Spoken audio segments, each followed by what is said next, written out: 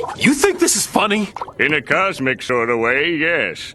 Well, Mr. Funny Man, is this how you get your sick kicks? What? It's just an ordinary... Oh my goodness! Hello everyone, and welcome back to another video on the channel today. And as I'm sure most of you guys saw yesterday, we had the Nintendo Switch 2 Direct, and I got some thoughts. As you can see from the thumbnail and the title, I thought that overall it was incredible. However, I think you guys already know what I'm going to talk about, at least in terms of the negatives, which I would like to get out of the way first because I do want to focus on the positive stuff more. But the negatives are just too big to ignore, guys. So during this showcase, we saw a lot of really cool games, and it was great, right? I was loving what I was seeing. For the most part, there were a couple of things even in the presentation where I was like, really? Like there's a part where they talk about how games that get Nintendo Switch 2 upgrades, you'll need to pay for the upgrade? Like, are you kidding me? But anyways. Gotta calm down a bit. That makes me a bit mad. But you gotta pay for the upgrade. And, you know, I hope that's gonna be a cheap upgrade. And at least with some of the games, it looks like they are getting, like, a bunch of new content, so that makes it worth it to an extent. But if it's like $40 or more, that is ridiculous. So that was like the only like really bad thing during the presentation, right? After the presentation, oh, and the fact that they have that tech demo game that you have to pay for, like who the hell's gonna buy that? Like that should just be built into the Switch. Like nobody's gonna buy that at all. I mean, it doesn't even look fun at all. Like who's gonna buy that? Anyways, though, it's not the point. So after the presentation, right, was when stuff really got out of hand and we found out what the price point was for the system as well as the game prices for the initial, you know, AAA first-party Nintendo games and some of the other like third-party ones too. Not many though. And that's where it really gets bad. So the price point of the console is going to be $450, which is very much a price hike over the Switch 1, but given the upgrades and all the new features and everything, I don't really think the console price point is that big of a problem, right? Like, it is still a bit much. It is still a bit much. I think, honestly, $400, would it, like, $399 is probably what they should have done instead of $450, but it's like, whatever. It's not that big of a deal. What is a big deal, though, is the game prices, and that is the main thing I want to talk about, the main negative thing I want to talk about at the beginning of this video, because, guys, this is just ridiculous. So as you can see here, here is the price of Mario Kart World that you guys saw probably in the little opening that I did. But, yeah, I'm sorry, what? $80? We're going to $80 games? $80? Like, are you kidding me? Like, we just got the $70 price increase, like, a couple years ago. Now we're going to $80. And by the way, let's just take a moment to realize both of these price increases were started by Nintendo. And you know what happened after they increased the price point of Tears of the Kingdom from 60 to 70? Guess what? Other companies started following suit, and now $70 is essentially the new standard outside, at least for AAA games, right? $80. This is really pushing it. There was something that people saw where it was like, oh, the physical is going to be $90, and that would be, like, that's way worse. But apparently, and people correct me if I'm wrong in the comments on this, but apparently that was a mistake. Like, somebody was reading the UK price, and they thought that was USD or something, like, for the physical version of this game. But that is just, I mean... Still, $80 is just pushing it way too far because, like, guys, this is not good. Like, the industry, the games industry is ballooning. At least on the AAA front. That's specifically what I'm talking about. Layoffs are happening left and right because companies don't want to pay their employees more, yet the budgets and the price to make their games is going way up. The costs to make their games are going way up. And so what happens? They fire a bunch of people because they want to save money, and then those people eventually go back to another AAA company that will then fire them again eventually when they make a big overpriced big budget game. And it's just this vicious cycle, and it's horrible for both the developers and for us as consumers, because the price increase is bad for us, of course, and then for the developers, they are also just not, they're not getting paid what they should, and they also have no job security. It's completely awful, completely unacceptable, and Nintendo is just gonna make things worse with this. Like, can you imagine, with this price increase, can you imagine, by the way, after this happens, like, this is just the beginning, this price increase is going to spread to other AAA companies like a cancer, right? Like, imagine EA, okay, the worst company, right? I don't generally buy EA games. Like, the last EA game I bought was the Dead Space remake, which really good, by the way, I will say that. But generally most of the stuff that EA puts out is just slop, right? It's horrible. It has like the most scummy microtransactions in it and everything. And I want you to imagine EA is going to see this. Let's say this goes over well, right? Because here's the thing, right? Like, maybe with enough blowback, Nintendo will reverse course on this, but this is Nintendo we're talking about. I really don't see that happening. If there's one company that could get away with something like this and start a trend like this, it's going to be Nintendo, unfortunately. And anyways, though, imagine EA, right? They see this. They see that people are just buying these $80 games. And, for Nintendo, it's like they're not going to put a bunch of like microtransactions in their first party games. They're not going to do that. But who is going to do that? EA. So they're going to be like, all right, we'll price our games at like $80, $90, $100. And that's just the base version of the game. And then if you want the deluxe version of the game, you got to pay $130. Oh, the super deluxe version? How about $160? Like, that's going to happen. That is going to be the type of stuff we're going to be seeing. And on top of that base entry price for people, there's also going to be loot boxes and microtransactions and horrible monetization schemes meant to squeeze as much cash out of their players as possible. And that is just, that's awful. It's going to be horrible. Like, we might see some really dramatic shifts in the AAA space, and possibly this could lead to a collapse of a lot of the AAA companies as we know it, and only the ones who, stick to their guns and keep the prices reasonable are going to survive. Nintendo's going to survive no matter what they do, because they're Nintendo. But anyways, I'm getting a little sidetracked here. So you might be thinking that, well, so what if EA does this to their Madden and their FIFA or whatever it's called, not FIFA game? What does that matter, right? Like, I'm not going to buy that. That's not going to affect me. Well, here's the thing. That's normally what I would say, right? Like, normally I'd be like, well, like, for the people who fell for this and bought this glorified casino, rip bozo, right? Like, that's normally what I would say. But here's the thing. This is going to affect us, because what's going to happen is all of the uber super casual gamers who buy Madden and FIFA every single year are going to buy these games. They're going to fall for these monetization schemes, and EA is going to see the profits from this. Other companies are going to see the profits from this. They're going to follow suit, and it is going to spread like a cancer to other companies that make games that we actually like and we actually care about. And that is the really scary thing here. And, I think there are going to be several good companies who don't do this, right? Like, I don't see like Capcom or FromSoft doing this, but it's really just not a good precedent. And that is just the main thing I wanted to talk about here. Like, this is very, very upsetting. And it's just going to make the whole industry like so much worse going forward. And maybe it'll get better eventually, but this is really, really not a good start. And that is the negative thing I wanted to talk about from this direct. But let's go back to the positive things, because I'm sure that a lot of you guys have already heard about this anyways. So this is probably like the 50th person you've heard talk about this. Let's talk about the good stuff, all right? The games. So starting off, Mario Kart World looks absolutely incredible.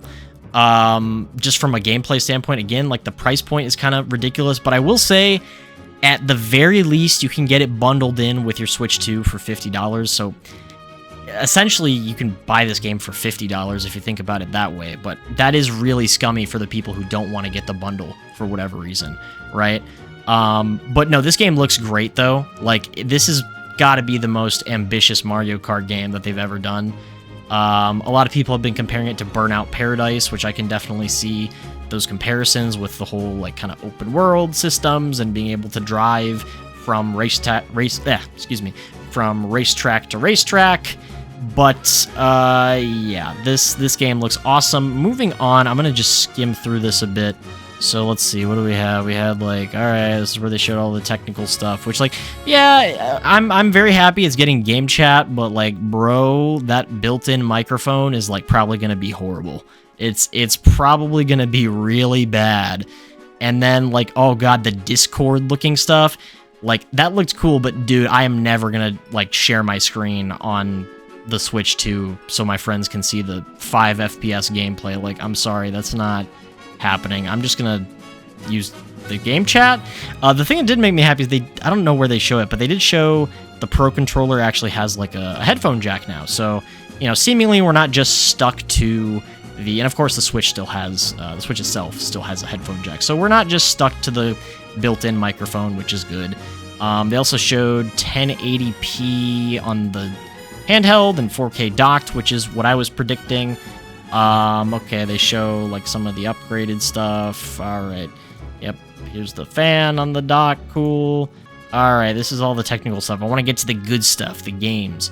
Oh yeah, here's where they're talking about the upgrades, which like, I really hope, look, these upgrades better be like $20 at most, especially for these two. This does not seem like they're adding any content to these, really. Like, I'm sorry, I don't care about the phone app you can get that lets you essentially have like Google Maps for Legend of Zelda. Like, that is not content for the game. That is not worth $20.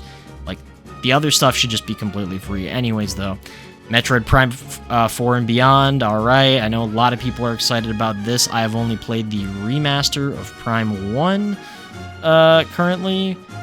So if I were to play this, I would probably have to play the other ones first. Though I will admit I am more of a 2D Metroid guy. Like, Metroid Dread is my favorite Metroid, and I loved the hell out of that game when that came out. Okay, this gimmicky game with the mouse functionality. This game looks cool. This Daemon X Machina. I never played the first one. I know it's a sequel. Okay, yeah, and then we get to the third-party stuff, and this is where, for me at least, I feel like a lot of the big stuff kind of happens here, in regards to games. So we get, like, okay, James Bond made by the Hitman people. That's just an announcement, but that's still really cool. Then we have this, the new Hyrule Warriors, also very cool. And then, oh yeah, here was, like, the first really big thing. This is a really big deal. Yeah, the GameCube games coming to Switch Online. That is, see, now with this, like, so me personally, I have not bought the expansion pack for Switch Online. Like, I've just been, you know, paying $20 a year for the online. This might make me actually do it, actually upgrade, because, like, I mean, come on, Wind Waker, I do think it's a bit disappointing it's not like the Wii U version, because, like, the Wii U version just looks better, even than this. Like, this looks better than, like, the base GameCube, but oh man, here we go. Now this is such a big deal.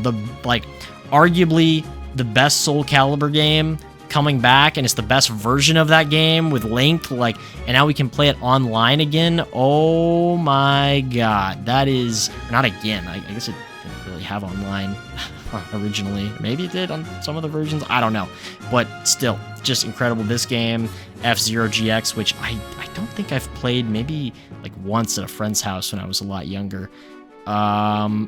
Moving on, okay, we have, yep, Undertale, or not Undertale, Deltarune, pretty cool. Is this by the way, someone tell me in the comments, is this the rest of the game? Because, like, I have not played this game. I've heard it's really good.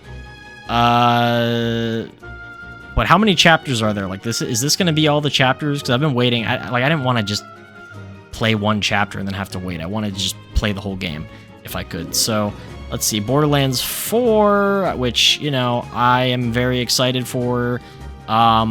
admittedly, I'm not like hyped for this game, right? And for some context, Borderlands 2 is one of my favorite games of all time. Borderlands as a series is one of my favorite game series. It's my third favorite game series. It's behind Monster Hunter and the Souls games by From Software. Like Monster Hunter and the Souls games are tied for me as my favorite game series. I can't decide which one I like more. They're just both like so good. Borderlands is my third favorite, and I just, Borderlands I feel like is kind of stagnated a lot. I hope Borderlands 4 can do something good. I'm not gonna get it on the Switch 2. I'm gonna get it on like PS5 probably, but still cool it's coming to the Switch 2. This is cool. Cyberpunk coming to Switch 2. Yes, FF7 remake coming to Switch 2. That's awesome too. Just the more people that get to experience. Oh yeah, and Elden Ring. God, that was like the first thing they showed in this, and I just skipped over it.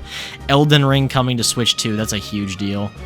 I'm glad that more and more people are gonna get to experience these games. And the Silk Song is just here. There's Silk Song. There it is. There it is. Silk Song. It's kind of funny. They just glaze over Silk Song, but if I had to guess, probably the developers were like, hey, just show it just to let people know that, like, the game still exists, but we can't show a ton. Like, that. If I had to guess, right, this probably would have happened. But, all right, skipping ahead to, yep, and this was the big one. This was... I saw this, and at first, I saw that hair, and I was like, Leon?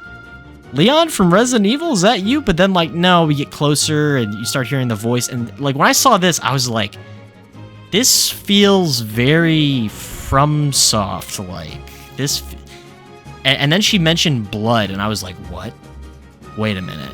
And I actually, like, I'm going to talk about this a little bit here, but I would actually like to do a separate video just talking about this and analyzing this trailer, and there's going to be more info about this game dropping tomorrow. I think there's like a interview they did with Miyazaki, and they're going to be posting that tomorrow, so I think that's probably when I'll make my video for this. But I mean, this was, guys, this was this was really unexpected, okay? I mean, this isn't coming out till 2026, but the fact that it is only on the Switch 2, which, not sure how much I believe that, by the way. Like, yeah, it's going to be on the Switch 2 for a while, probably, but will it eventually come to other stuff? I think there might be a chance of that, but who knows? Maybe Nintendo's going to be like, nope, this is ours. But yeah, here it is. Here it is. Legally Distinct Bloodborne 2 is what I've been calling this game. And, you know, of course it has a name, the Duskbloods, which they show at the end. But this was... Guys, we got Silk Song and Bloodborne 2 in the same direct, in the same presentation. You believe that? And Metroid Prime 4. I mean, I know Metroid Prime 4 has been, like, announced now, but it's still just, like... Can you guys believe that? Like, all three of those games were, like, myths, essentially, for a really long time. I mean, especially this, and, like, but, my god, I mean, this just looks crazy. The only thing that I'm a bit worried about with this, but I don't want to, you know, I want to keep my sort of worries at bay, because I want to wait till I hear more about the game, but it looks, and I think they even say it is, like, PvPvE. That sounds interesting, and, like, I mean, you know, the Souls games have always had PvP and PvE, but it seems almost like Night Rain, except not a roguelike like Night Rain is. I have not played Night Rain yet. I am looking forward to that, but I don't know. It's just like, yeah, it looks like you have predetermined classes, like you don't make your own character. That has me a little worried. And, you know, I'm not sure how multiplayer focused it is. Okay, that just looks like a Bloodborne hunter. Wow.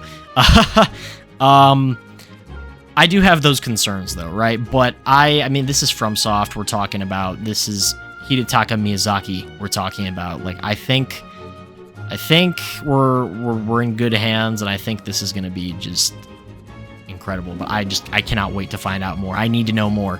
And that guy is just straight up making contact, which is like a gesture in Bloodborne. The Duskbloods. Yeah, this was... I could not believe this when I watched this. Like, I was just... I was blown away. And, you know, it really makes me wonder if... I've heard a lot of people mention this, and, like, the more I've heard people talk about it, the more I'm like, I think this might actually be what happened. A lot of people are saying that, like, wait a minute, did FromSoft or Hidetaka Miyazaki, did they approach Sony and say, hey, we want to make Bloodborne 2? And they were like, well, are you going to make it a live service game? No. Okay, then we're not interested. And then they went to Nintendo, like, fine, we'll get someone else to do it. Like a Demon Souls to Dark Souls situation, you know? If that gets confirmed to be what happened, that is going to be such a massive L for Sony. Like, that is, my God, it's like, all right, you don't want to let us make Bloodborne 2 for you? Fine, we'll go to Nintendo and we'll make it with them instead. That is going to be crazy if that actually gets confirmed to be what happened. But let's see. Oh yeah, and then there were a couple other things. We have, of course, Kirby Air Ride, which, cool, they're bringing that back. I mean, I think it's a bit weird to announce this and Mario Kart at the same time. Like, they're very similar from what I understand. I've only briefly played Kirby Air Ride, but like I don't know. Kart racers are... I'm a big Mario Kart guy, but like I generally don't really care too much about racing games outside of that. Like, maybe Kirby Air Riders will be good. I mean, it is being directed by Sakurai, and I love my Sakurai games, of course. But yeah, I don't know. We'll see. It's just kind of weird that it's like, oh, so we have Mario Kart and then we have Kirby Air Ride at the same time. It's like, like, not the same day, not literally the same time, but still. And then the last announcement was one that also blew my mind, and I'm gonna just let this one speak for itself. This one, guys, like, we are we are so back. I cannot believe we are getting a new 3D Donkey Kong game. Like, after however many years it's been, what, like 20? 30 years? Like, when did Donkey Kong 64 come out? Like, that's crazy. That's crazy we're getting this. And, like, it almost looks like... I'm getting a lot of, like, Odyssey vibes from this, interestingly enough. Like, obviously it's very different, but it just has that vibe about it to where it really makes me think, like, is this the Odyssey team? The Mario Odyssey team that's making this? And this comes out, you know, not a launch title, unfortunately. I wish it was, but it's pretty close to launch. I think they say July 17th is when this comes out. Weirdly enough, this is going to be priced at $70, not $80, which is obviously good. That's good that it's not the stupid $80 price point, but like Mario Kart will be if you don't buy it in the bundle with the console, but why is Mario Kart more expensive than, like, higher price than this? I mean, Mario Kart will probably be their best seller, so that's probably why. But still, it's like... Anyways, though, this looks incredible. Like, I am very excited for this. I think Donkey Kong, you know, I like the Rareware design for Donkey Kong, but, I mean, this new one's fine. It's still a good design. It's very much like the classic kind of Donkey Kong design. So even though I always love the Rareware design that we've had for the last, like, several years, like, yeah, it's still a good design, and I'm just... Yeah, this looks awesome. I am very excited for this. But, yeah, so that is going to be it for my thoughts on the Nintendo Switch 2 and the Direct itself. Lots of good stuff in here, but it, of course, all is surrounded by that controversy with the game pricing situation. So, yeah, let me know what you guys think in the comments below, and I will see you guys in my next video, which will probably be the video about Duskbloods that I plan to make. I also plan to make a new video talking about the Monster Hunter Wilds Title Update 1, which drops later tonight, because I, of course, am very excited for that, and I want to talk to you guys about that. As you know, I've been doing I've basically been doing nothing but Monster Hunter content on this channel for the last, like, couple months now. So, you know, I thought I'd cover this, and, you know, we'll continue with the Monster Hunter stuff as has been for the last couple months, because that's been really fun, and there's a lot to talk about with Wilds, and just Monster Hunter in general. But, yeah, I will see you guys soon in that Duskbloods video, or in the Monster Hunter Wilds Title Update 1 video, or both. So thanks so much for watching, guys, and I will see you next time.